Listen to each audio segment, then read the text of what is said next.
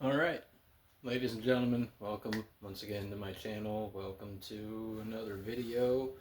In this video, we're going to be discussing some symbolism uh, through one of my favorite symbols to teach with, the Domino's pizza logo, kind of altered a little bit to save ink in the dry erase markers. So, without further ado, let's get started. In this video, we're going to be discussing symbolism of Domino's pizza, right, or the Domino's logo as it pertains to certain sporting games, and really just the general concept of A versus B sports to begin with. But two particular sports, actually three, it would be uh, football, soccer,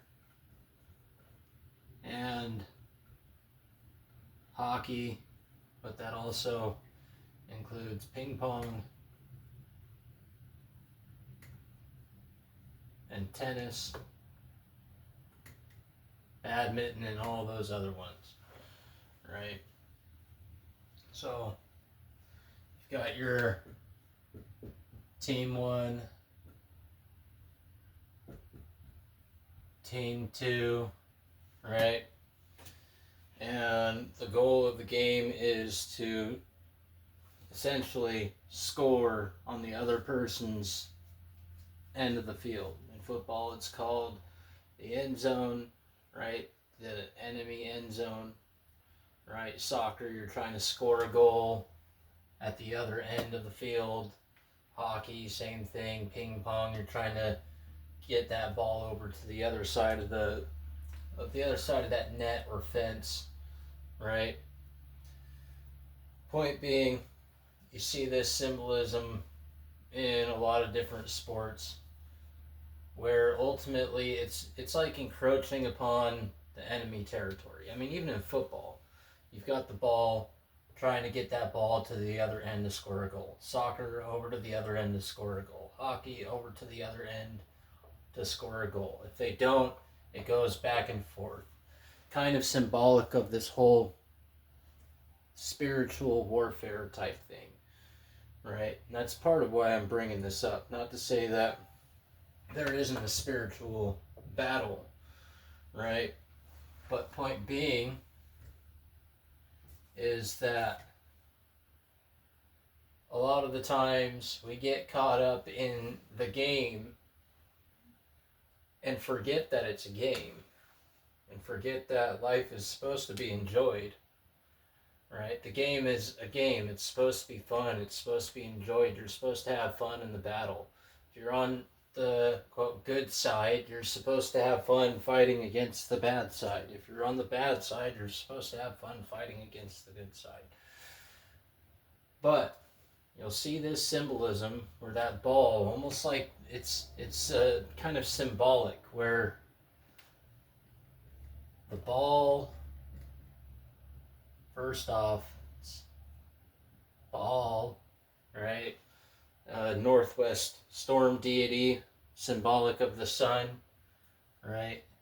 Is the sun, or better yet, let's put the sun below Baal, and the sun is the soul, and the soul is the soul, right? So, is the soul going to score in favor of team one or in team two?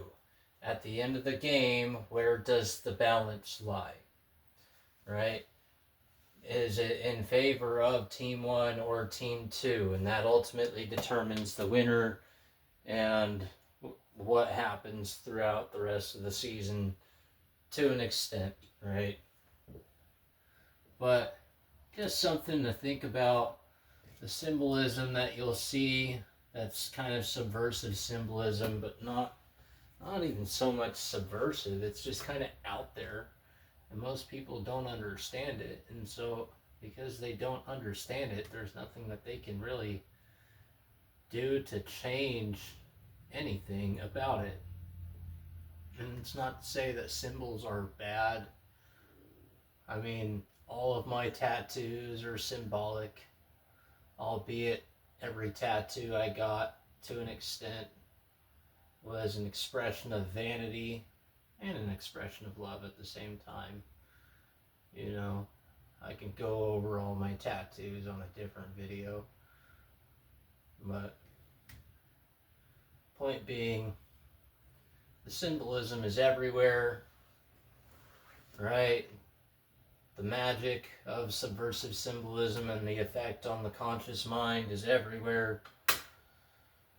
And if you know how to look, how to see it, where to look, I mean, you'll see it everywhere.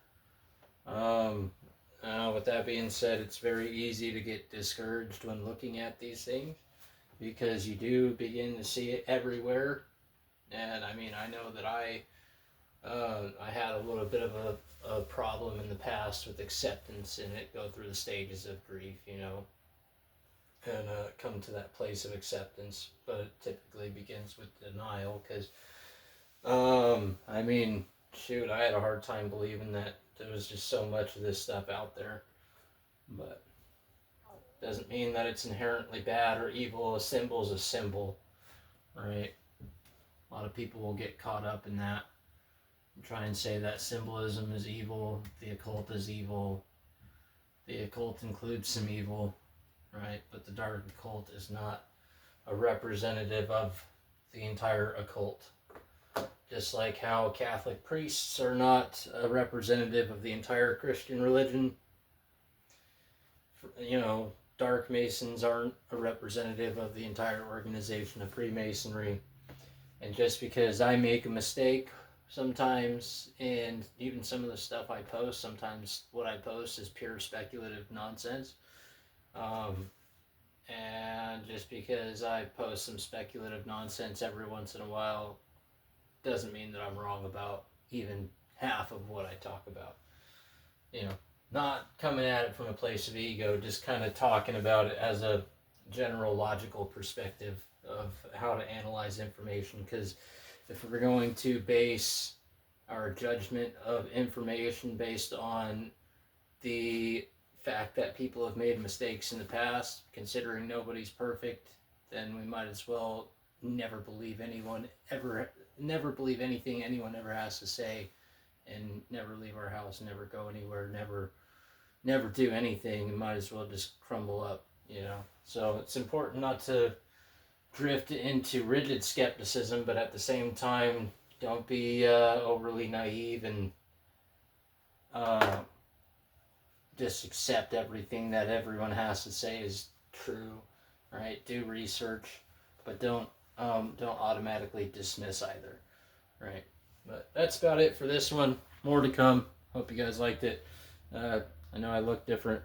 Kind of took the hair off the chin, so I kind of probably look a little funny, but hey, whatever. Anyways, have a good one.